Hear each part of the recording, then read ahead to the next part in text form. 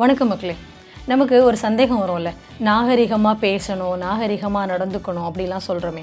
இந்த நாகரிகம் அப்படிங்கிறத யார் முதல்ல கண்டுபிடிச்சி அதை அழகாக வழிநடத்தி எடுத்துகிட்டு வந்திருப்பாங்க? இந்த பண்பாட்டினுடைய வளர்ச்சி, அதாவது கலை சொல்கிறோம், அறிவியல் சொல்கிறோம், வானவியல் சொல்கிறோம், கணிதம், சமூகம் அப்படின்னு நிறைய கூறுகள், நிறைய பண்பாட்டு வழியாக அதை அடுத்தடுத்த படிநிலைகளுக்கு கொண்டு போயிருக்கோம். இதை யார் அழகாக செம்மைப்படுத்தி எடுத்துகிட்டு வந்திருப்பாங்க? எங்கே இருந்து இந்த செம்மைப்படுத்துதல் அப்படிங்கிறது ஆரம்பிச்சிருக்கோம்? இந்த படிநிலைகள் எப்படி முதல்ல ஆரம்பிச்சிருக்கோம்? உலகத்தில் இருக்கிற எந்த இனம் இந்த நாகரிகத்தோட அடுத்த படிநிலைகளுக்கு நம்முடைய மக்களை எடுத்துகிட்டு வந்திருப்பாங்க, பண்பாட்டுக்கு எடுத்துகிட்டு வந்திருப்பாங்க அப்படிங்கிற சந்தேகம்லாம் வரும்ல. அப்போது உலக வரலாறில் இதற்கான இந்த கேள்விக்கான பதிலை நம்ம தேடும்போது யாரெல்லாம் இதை உரிமை கொண்டாடிக்கிட்டு இருக்காங்க, இந்த பெருமையை யாரெல்லாம் தனதாக்கி வச்சுருக்காங்க அப்படின்னு சொல்லி பார்த்தா, ஐரோப்பிய நாடுகளை சார்ந்தவர்கள். நம்ம இந்தியாவை பொறுத்த வரைக்கும் வட இந்திய பகுதி மக்கள். நாங்கள் தான் உலகத்துக்கு நாகரிகத்தையே சொல்லிக் கொடுத்தோம், நாங்கள் தான் பண்பாட்டை அடுத்தடுத்த கட்டத்துக்கு எடுத்துகிட்டு போனோம், அடுத்தடுத்த துறைகள் எங்களால் தான் விரிவடைந்தது அப்படிங்கிற மாதிரியான பெருமையை தனக்கு சொந்தமானது அப்படின்னு சொல்லி கொண்டாடிக்கிட்டு இருக்காங்க. ஆனால் உண்மை அது கிடையாது.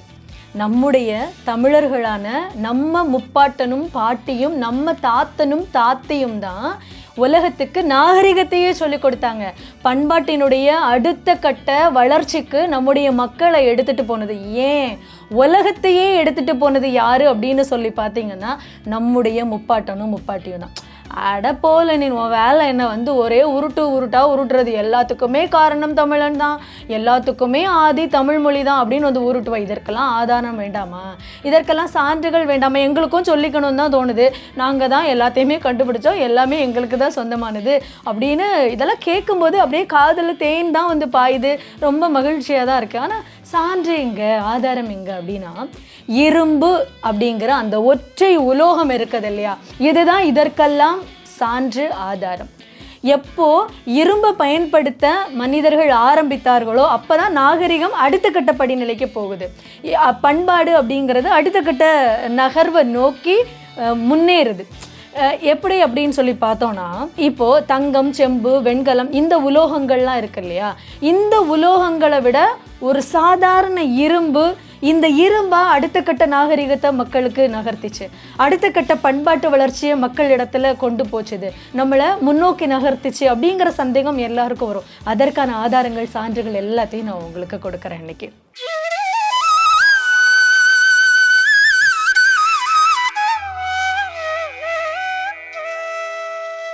தமிழகத்தில் அகழ்வாராய்ச்சியில் கிடைக்கக்கூடிய அந்த இரும்பு பொருட்கள் இருக்கு இல்லையா, அந்த இரும்பு பொருட்கள் என்ன சொல்லுது அப்படின்னா, நம்முடைய பாட்டனும் பாட்டியும் 5000 ஆண்டுகளுக்கு முன்னாடியே இரும்பு பொருட்களை பயன்படுத்த ஆரம்பிச்சிட்டாங்க அப்படிங்கிறத நிரூபிக்குது. இது அதுக்கு மேலே ஒரு உருட்டலாக இருக்கே. 5200 ஆண்டுகளுக்கு முன்னாடியே எகிப்தில் இரும்பை பயன்படுத்தினாங்க அப்படிங்கிறத கண்டுபிடிச்சிட்டாங்க. 5000 ஆண்டுகளுக்கு முன்னாடி அப்படிங்கிறது நீ சொல்கிறது கொஞ்சம் வித்தியாசமாக இல்லையா? இன்னும் 200 ஆண்டுகள் பின்னாடி போயிட்டாங்க எகிப்தியர்கள். அவர்களுக்கு அகழ்வாராய்ச்சியில் கிடைத்த பொருட்கள் அதை நிரூபிச்சிருச்சு. நாம் எப்படி இதை சொல்கிறது அப்படின்னு சொல்லி நீங்கள் கேட்டிங்கன்னா, அது எப்படின்னா 1911 எகிப்தில் இருக்கிற கெய்ரோ அப்படிங்கிற பகுதியில் ஒரு அகழ்வாராய்ச்சியை நடத்துகிறாங்க. அந்த அகழ்வாராய்ச்சியில் ஒரு இளைஞனோட கல்லறை கிடைக்கிது.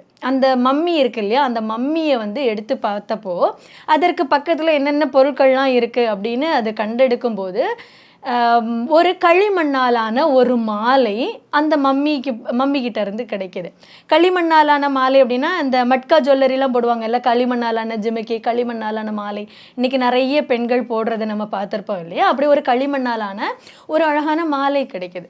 அந்த மாலையில் 9 இரும்பு மணிகளை கோர்த்துருக்காங்க. அந்த இரும்பு மணிகளை வச்சு ஆராய்ச்சிக்கு உட்படுத்தும் போது கிட்டத்தட்ட அதனுடைய காலம் கிமு 3400 கிமு 3200 அப்படின்னு அந்த காலக்கணிப்புக்கு உள்ளே கொண்டு வராங்க. அப்போது இன்னைக்கு இருக்கிறதுலேருந்து கிட்டத்தட்ட 5200 ஆண்டுகளுக்கு முன்னாடி இரும்பு மணிகள் கிடச்சிருச்சு எகிப்தில். ஆனால் 2013 பிரிட்டன் பல்கலைக்கழகத்திலேருந்து ஒரு ஆராய்ச்சி நடத்துகிறாங்க. எலக்ட்ரான் நுண்ணோக்கி பரிசோதனைக்கு இந்த இரும்பு மணிகளை உட்படுத்தினப்போ அந்த இரும்பு மணிகளில் இரும்பு மட்டுமே இல்லை, 7.5% நிக்கல் இருக்குது அப்படிங்கிறத கண்டுபிடிக்கிறாங்க. இதுக்குள்ளே ஒளிந்திருக்கக்கூடிய அந்த அறிவியல் உண்மை என்ன அப்படின்னு சொல்லி பார்த்தோன்னா, இந்த நிக்கல் கலந்திருக்கு இல்லையா இந்த இரும்பு, இது பூமியிலிருந்து வெட்டி எடுத்து உருவாக்கப்பட்ட இரும்பு கிடையாது. விண்கல், அதாவது விண்ணிலிருந்து விழுந்த விண்கல்லிருந்து இந்த இரும்பை எடுத்து அதை தட்டி தட்டி ஒரு மாலையா செஞ்சிருக்காங்க அப்படின்னு கண்டுபிடிச்சி அந்த ஆராய்ச்சியை வெளியிடுறாங்க. இதை வச்சு எப்படி ஒரு முடிவுக்கு வர முடியும் அப்படின்னு சொல்லி கேட்டால், இரும்பால் கூர்மையான ஆயுதங்களை செய்யணும், இரும்பால் கருவிகளை செய்யணும், இரும்பால் பண்ட பாத்திரங்களை செய்யணும் அப்படின்னா அந்த இரும்பை உருக்க தெரியணும், அந்த இரும்பை வளைக்க தெரியணும். தட்டி தட்டி ஒரு இரும்பை வச்சு கூர்மையான ஆயுதங்களை செய்ய முடியாது, தட்டி தட்டி கூர்மையான கருவிகளை செய்ய முடியாது, பண்ட பாத்திரங்களை செய்ய முடியாது. இதுதான் அதுக்குள்ளே ஒளிந்திருக்கக்கூடிய அறிவியல். ஆனால் பல ஆண்டுகளுக்கு முன்னாடியே அந்த இரும்பை மிக துல்லியமான அளவில் அதற்கான பிரத்யேக உலைகளில் வச்சு உருக்கி, அதாவது 1500 டிகிரி செல்சியஸில் வச்சு உருக்கி வூட்ஸ் எக்குன்னு இன்னைக்கு உலகமே வியந்து பாராட்டக்கூடிய உயர்தர எக்குவாக அதை மாற்றி கருவிகளை உருவாக்கி ஆயுதங்களை உருவாக்கி வேளாண்மை புரட்சி செஞ்சுக்கிட்டு இருந்தது யார் அப்படின்னு சொல்லி பார்த்தீங்கன்னா நம்ம முப்பாட்டனும் முப்பாட்டியும். அதாவது கிமு 3ஆம் நூற்றாண்டில், 3ஆம் நூற்றாண்டு அப்படின்னு சொல்லி பார்த்தீங்கன்னா சங்க காலத்தில் ரொம்ப பிரபலம், மிக பிரபலமாக இருந்த பகுதி என்ன அப்படின்னு சொல்லி பார்த்தீங்கன்னா கொடுமணல்.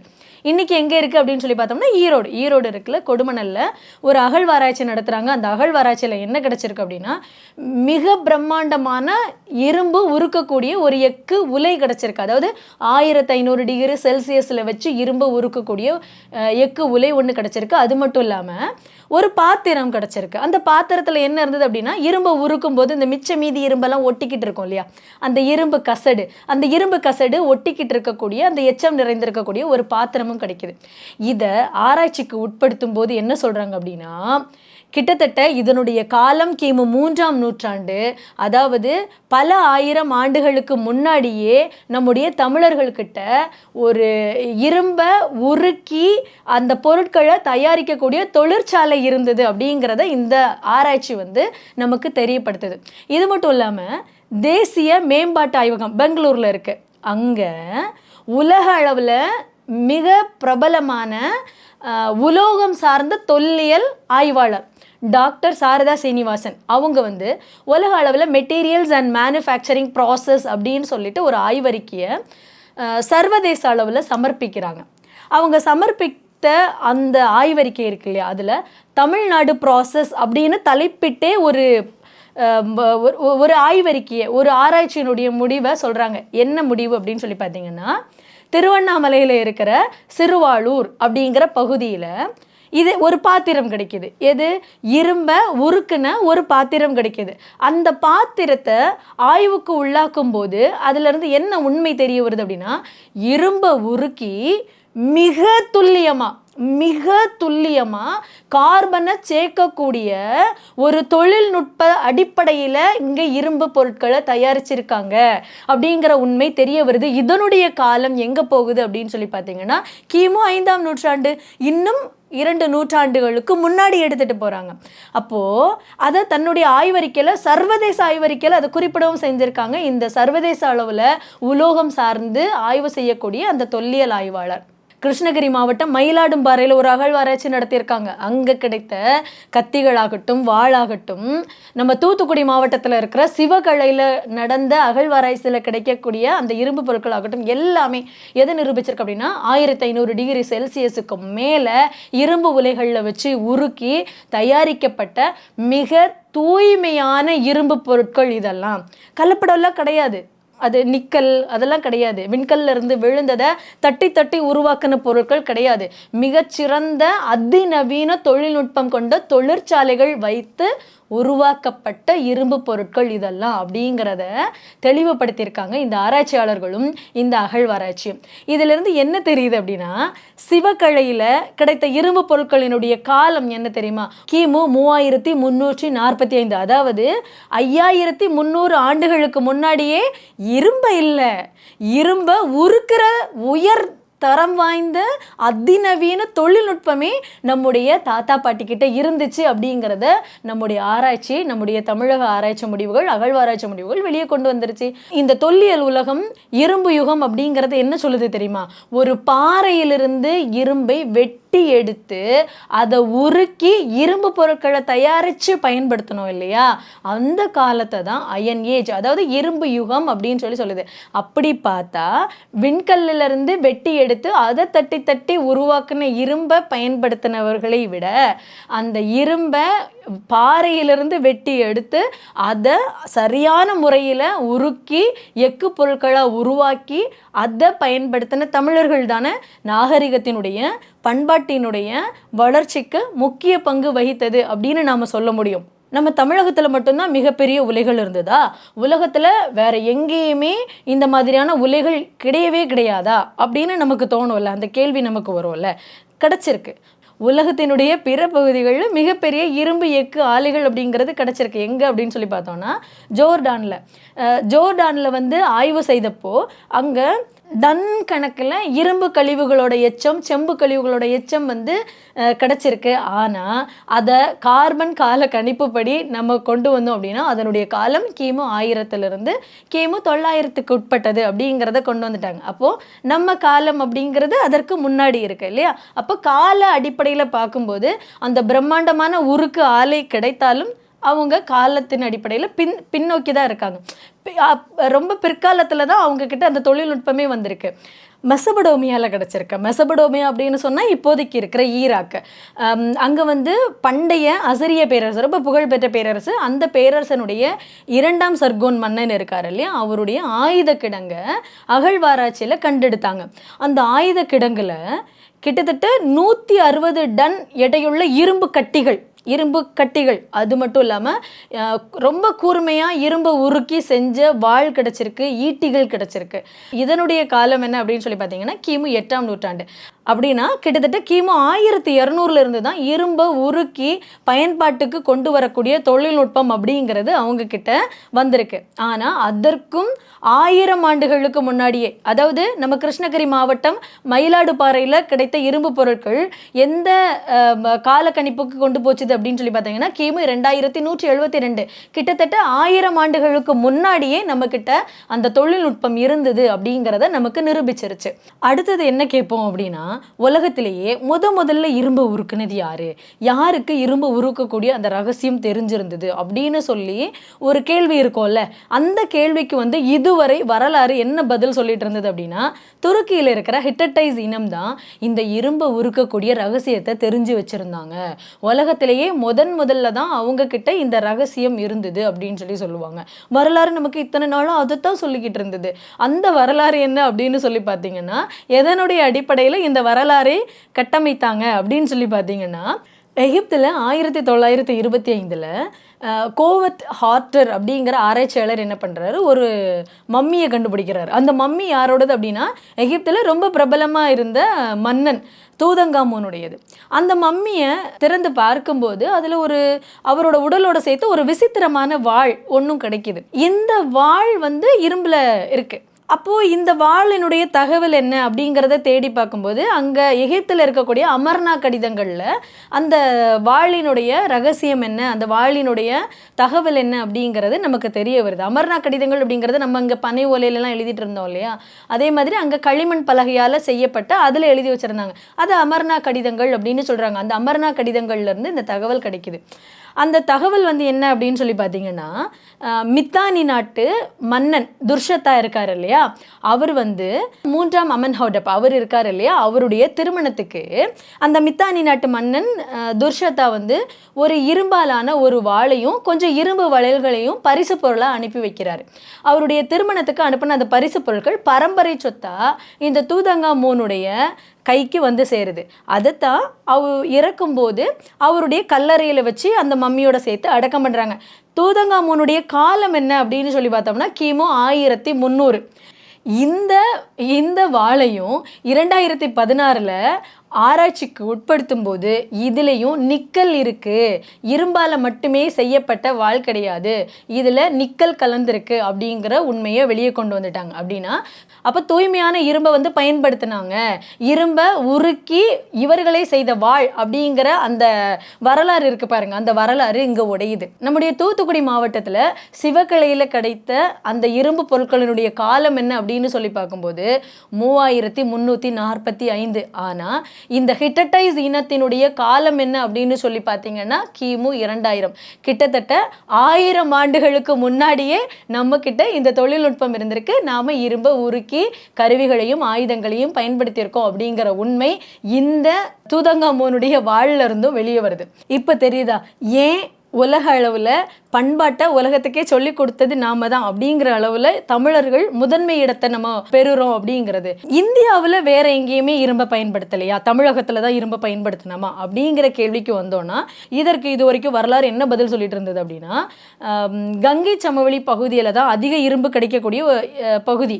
அந்த பகுதியில் இருக்கிற மக்கள் தான் இது இரும்பை வந்து முதல்ல இந்தியாவை பொறுத்த வரைக்கும் பயன்படுத்தினாங்க அப்படிங்கிற மாதிரி சொல்லிட்டு வந்தாங்க. ஆனால் நம்ம கிருஷ்ணகிரி மாவட்டத்தில் இருக்கிற மயிலாடும்பாறையில் கிடைத்த இரும்பு பொருளாகட்டும், நம்ம தூத்துக்குடியில் இருக்கிற சிவகலையில் கிடைத்த இரும்பு பொருளாகட்டும், திருவண்ணாமலையில் கிடைத்த மேல் சிறுவாளூரில் கிடைத்த இரும்பு பொருளாகட்டும், இது எல்லாமே காலத்தை இன்னும் பின்னோக்கி எடுத்துகிட்டு போய் கிமு 1800 தான் இவங்க ஆரம்பித்தாங்க அப்படிங்கிறத உடைச்சிருக்கு. சரி, உலகத்திலேயே சிறந்த இரும்பு எது, மிக உறுதியான தரமான இரும்பு எது, அதை வேற யாருமே பயன்படுத்தலையா, அது நம்ம தமிழகத்திலேருந்து தான் கிடச்சதா, இதுக்கும் தமிழன் தான் சொந்தம் கொண்டாட முடியுமா அப்படின்னு கேட்டால் ஆமாம், உலகத்திலேயே தரமான இரும்புக்கு சொந்தக்காரன் யார் அப்படின்னு சொல்லி பார்த்தீங்கன்னா அதுவும் நம்ம தமிழகம் தான், நம்ம தமிழன் தான். என்ன அப்படின்னு சொல்லி பார்த்தீங்கன்னா டமாஸ்கஸ் வாள் அப்படின்னு சொல்லுவாங்க. இந்த டமாஸ்கஸ் வாள் வந்து ஐரோப்பியர்களை பொறுத்த வரைக்கும் அரேபியர்களை பொறுத்த வரைக்கும் ரொம்ப பிரசித்தி பெற்றது. அப்படி என்ன சிறப்பு இந்த டமாஸ்கஸ் வாளுக்கு அப்படின்னு சொல்லி பார்த்தீங்கன்னா, எதிரில் யாராவது ஒருத்தங்க நம்ம முன்னாடி நின்று வாள் சண்டை போடுறாங்கன்னு வச்சுக்கோங்க, இந்த டமாஸ்கஸ் வாள் எடுத்து நம்ம அவங்க கிட்ட சண்டை போட்டோம் அப்படின்னா எதிரியினுடைய வாள் ஒரே வெட்டில் 2 துண்டா பிளந்து போயிடும். அந்த அளவுக்கு உறுதியானது இந்த டமாஸ்கஸ் வாள். இந்த வாள் டமாஸ்கஸ் பகுதியில் தான் செஞ்சுருக்காங்க. ஆனால் இந்த டமாஸ்கஸ் வாள் செய்கிறதுக்கான இரும்பை எங்கே இருந்து எடுத்துகிட்டு போயிருக்காங்க அப்படின்னு சொல்லி பார்த்தீங்கன்னா நம்ம சேர நாட்டிலேருந்து எடுத்துகிட்டு போயிருக்காங்க.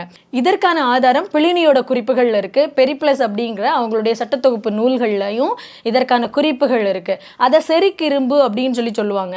இங்கேருந்து எடுத்துகிட்டு போனதை அந்த செரிக்கிரும்பு அப்படிங்கிறதுல வரக்கூடிய அந்த செரிக் அப்படிங்கிற வார்த்தை இருக்கு இல்லையா, அது சேரர்களை குறிப்பிடக்கூடியது அந்த சொல் அப்படிங்கிறது. அது மட்டும் இல்லாமல் உலக பிரபலமான இரும்பு அப்படின்னு சொல்லி எதை சொல்லுவோம்னா வூட்ஸ் எக்கு அப்படிங்கிறது தான் சொல்லுவோம். அதாவது கிட்டத்தட்ட அந்த 1500 டிகிரி செல்சியஸில் வைத்து உருக்கப்பட்டு செய்யக்கூடிய அந்த எக்கு இருக்கு இல்லையா, இந்த எக்கும் எங்கே இருந்தது அப்படின்னு சொல்லி பார்த்தா நான் ஏற்கனவே சொல்லிட்டேன், சாரதா சீனிவாசன், அதாவது உலோக புகழ் பெற்ற உலோகவியல் தொல்லியல் விஞ்ஞானி சாரதா சீனிவாசன் அதை நிரூபிச்சிட்டாங்க. மிக அதிநவீன தொழில்நுட்பத்தை பயன்படுத்தியிருக்கோம் அப்படிங்கிறது அவர்களுடைய சர்வதேச அறிக்கையிலேயே அவங்க வெளிக்கொண்டு வந்துட்டாங்க. வூட்ஸ் அப்படிங்கிற வார்த்தையே எங்கேருந்து உருவாகி இருக்கு அப்படின்னு சொல்லி பார்த்தீங்கன்னா நம்ம தமிழ்ல இருந்து உருவான சொல் தான். அதாவது இரும்பை உருக்குதல் அப்படிங்கிற நம்முடைய தூய தமிழ் சொல் இருக்கு இல்லையா, உருக்கு அப்படிங்கிற அந்த தூய தமிழ் சொல்ல இருந்து உக்கு அப்படின்னு தென்னகத்தினுடைய பிற மொழிகள் அந்த வார்த்தையை எடுத்துக்கிட்டாங்க. அந்த உக்கு அப்படிங்கிறதுல இருந்து வூட்ஸ் அப்படின்னு உச்சரிப்பை ஆங்கிலேயர்கள் எடுத்துக்கிட்டு இன்னைக்கு உலக அளவில் புகழ்பெற்ற வூட்ஸ் அப்படின்னு பயன்படுத்த ஆரம்பிச்சாங்க. ஐரோப்பிய நாடுகள் இன்னைக்கு உரிமை கொண்டாடிக்கிட்டு இருக்கு இல்லையா, நாங்கள் தான் இரும்பை கண்டுபிடிச்சோம், நாங்கள் தான் எல்லாருக்கும் அந்த ரகசியத்தை சொல்லிக் கொடுத்தோம் அப்படின்னு சொல்கிறாங்கல்ல. இது வந்து எப்படி பரவிச்சு அப்படின்னா இந்த ஹிட்டடைஸ் இனம் வந்து 1300 1200களில் வீழ்ச்சி அடையுது. அப்போது அங்கே இருந்த கொல்லர்கள்லாம் பிற நாடுகளுக்கு, அதாவது கிரீஸ், லாவெண்ட், அது மட்டும் இல்லாமல் ஐரோப்பிய நாடுகளுக்கு அவங்க சிதறி போகிறாங்க. அங்கே இருந்து இந்த ரகசியம் அவர்கள் மூலமாக அந்த ஐரோப்பிய நாடுகளுக்கு தெரிய வருது. அங்கே இருக்கிற கழிவுகள் காலக்கணிப்புப்படி இதைத்தான் நமக்கு சொல்லுது. கிமு 1200க்கு பிறகு தான் இரும்பை உருக்கி பயன்படுத்தக்கூடிய தொழில்நுட்பம் அப்படிங்கிறது ஐரோப்பிய நாடுகளில் உருவாச்சுது. அதுக்கு முன்னாடி இந்த தொழில்நுட்பம் அப்படிங்கிறது ஐரோப்பிய நாடுகளில் உருவாகலை அப்படிங்கிறத வெளியே கொண்டு வந்துருச்சு. அப்போது இரும்பு மட்டும் இல்லாமல் உயர்தர தூய்மையான இரும்பு மட்டும் இல்லாமல் அந்த தொழில்நுட்பம் மட்டும் இல்லாமல் அந்த வார்த்தையும் சேர்த்தே நம்ம தமிழர்கள்கிட்ட இருந்து தான் பிற நாடுகளுக்கு, பிற இடங்களுக்கு, பிற இனங்களுக்கு பரவி இருக்கு அப்படிங்கிற உண்மை இந்த அகழ்வாராய்ச்சிகள் நமக்கு வெளியே கொண்டு வருது. சரி, இரும்புங்கிற அந்த உலோகம் நம்மக்கிட்ட தான் இருந்திருக்கு. இரும்பு ஒரு உலோகம் நம்மக்கிட்ட இருக்கும்போது அதிலிருந்து நம்ம வந்து பொருட்களை உருவாக்குறது அப்படிங்கிறது ஒரு பெரிய கூறு கிடையாது, ஒரு பெரிய பகுப்பு கிடையாது. அந்த தொழில்நுட்பத்தையும் நம்ம கண்டுபிடிச்சோம், அதில் ரொம்ப பெருமை. அதாவது இன்னைக்கு இருக்கிற அந்த அதிநவீன தொழில்நுட்பத்தை நம்ம தாத்தனும் தாத்தியும் பாட்டனும் பாட்டியும் 5000 ஆண்டுகளுக்கு முன்னாடியே பயன்படுத்தியிருக்காங்க. அப்போ அவங்க வந்து எவ்வளவு பெரிய அறிவியல் சார்ந்த விஞ்ஞானிகளாக, ஆராய்ச்சியாளர்களாக, மிகப்பெரிய தொழில்நுட்பவாதிகளாக இருந்திருப்பாங்க அப்படிங்கிறதுல பெருமை தான். ஆனால் இந்த இரும்பு, ஒரு சாதாரண இரும்பு எப்படி நாகரிகத்தினுடைய வளர்ச்சிக்கு, பண்பாட்டினுடைய வளர்ச்சிக்கு உதவியாக இருந்திருக்க முடியும் அப்படின்னு ஒரு சந்தேகம் வரும்ல. அது ரொம்ப நியாயமான ஒரு சந்தேகம் தான். இப்போது செம்பு எடுத்துக்கோங்க. செம்பில் நம்ம ஒரு வாழை செய்வோம். அந்த வாழை செஞ்சு ஒரு மரத்தில், காட்டில் இருக்கிற மரத்துக்கு போய் நம்ம வெட்டுறோம்னு வச்சுக்கோங்க. ஒரு நல்ல பெரிய மரத்தை நம்ம வெட்டுறோம் அப்படின்னா அந்த செம்பு அப்படிங்கிறது வளைஞ்சு போயிடும். அந்த செம்பில் செஞ்ச கோடரி, அந்த வாள் அப்படிங்கிறது உடஞ்சிரும். என்ன காரணம் அப்படின்னா செம்பு அப்படிங்கிறது ரொம்ப மென்மையான ஒரு உலோகம்.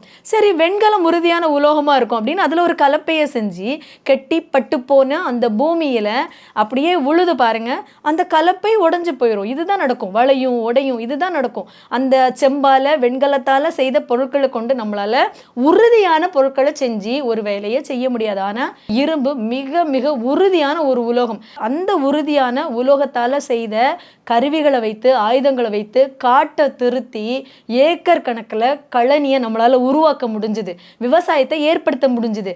அப்போ என்ன நடக்குது அப்படின்னு சொல்லி பார்த்தீங்கன்னா, சர்ப்ளஸ்ன்னு சொல்லுவோம் இல்லையா, அந்த உபரி உற்பத்தி அப்படிங்கிறது நம்மக்கிட்ட அதிகமாகுது. அதாவது நாள் முழுக்க உழைக்கணும், வாரம் முழுக்க உழைக்கணும், மாதம் முழுக்க உழைக்கணும் அப்படிங்கிற நிலை மாறும் இல்லையா. ஏன்னா நேரம் நம்மளுக்கு அதிகமாக கிடைக்கும், அந்த நிலைமை மாறுது.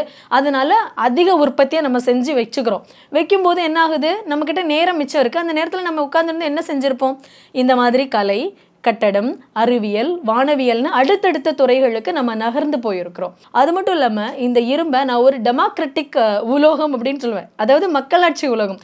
இது எப்படி மக்களாட்சி உலோகம் அப்படின்னு சொல்லி பார்த்தா, செம்பையோ வெண்கலத்தையோ தங்கத்தையோ பிற உலோகங்களை நம்ம உருக்கிறதுக்கோ அந்த பொருள்லேருந்து இன்னொரு பாத்திரம் தயாரிக்கணும் அப்படின்னாலோ அதற்கு தகர மாதிரியான உலோகங்களை நம்ம இறக்குமதி செய்ய வேண்டியது இருக்குது இல்லையா. அப்போது அது பேரரசர்கள்கிட்டையும் பெரும் வணிகர்கள்கிட்டையும் தான் அந்த பொருட்கள்லாம் இருந்திருக்கும். ஒரு சாதாரண வேட்டைக்காரன்கிட்டையோ விவசாயிக்கிட்டையோ அது இருந்திருக்க வாய்ப்பில்லைனா, இரும்பு அப்படிங்கிறது இன்னைக்கு நம்ம தமிழகத்தை பொறுத்த வரைக்கும் எல்லா இடத்துலையும் கிடைக்குது. சேலம், கரூர்னு இன்னைக்கு பல பகுதிகளில் இந்த இரும்பு அப்படிங்கிறது கொட்டி கிடக்குது. ஒரு சாதாரண கொல்லனாலையும் ஒரு உலை வைத்து இந்த இரும்பு பொருட்களை செய்ய முடிஞ்சுது. இதனால ஒரு வேட்டைக்காரனுக்கும் ஒரு ஆயுதம் கிடைச்சது, ஒரு விவசாயிக்கும் ஒரு கலப்பை கிடைச்சது. எளிய மக்கள் கையில் எந்த ஒரு பொருள் போய் சேருதோ அதுதான் அடுத்தடுத்த கட்டத்துக்கு மக்களை நகர்த்தி அடுத்த நிலைக்கு மக்களை எடுத்துட்டு போகும் இல்லையா. அப்படி பார்க்கும்போது இந்த இரும்பு தான் நாகரிகத்தினுடைய வளர்ச்சிக்கு, பண்பாட்டினுடைய வளர்ச்சிக்கு, மக்களுடைய வளர்ச்சிக்கு உதவி புரிந்தது. உலகத்துக்கே நாகரிகத்தையும் பண்பாட்டையும் சொல்லிக் கொடுத்தது நம்முடைய தமிழர்கள் தான், நம்முடைய தாத்தா தாத்தி தான், பாட்டன் பாட்டி தான் அப்படிங்கிறதுல மாற்று கருத்து அப்படிங்கிறது இருக்கவே இருக்காது அப்படின்னு நம்புகிறேன். நன்றி, வணக்கம்.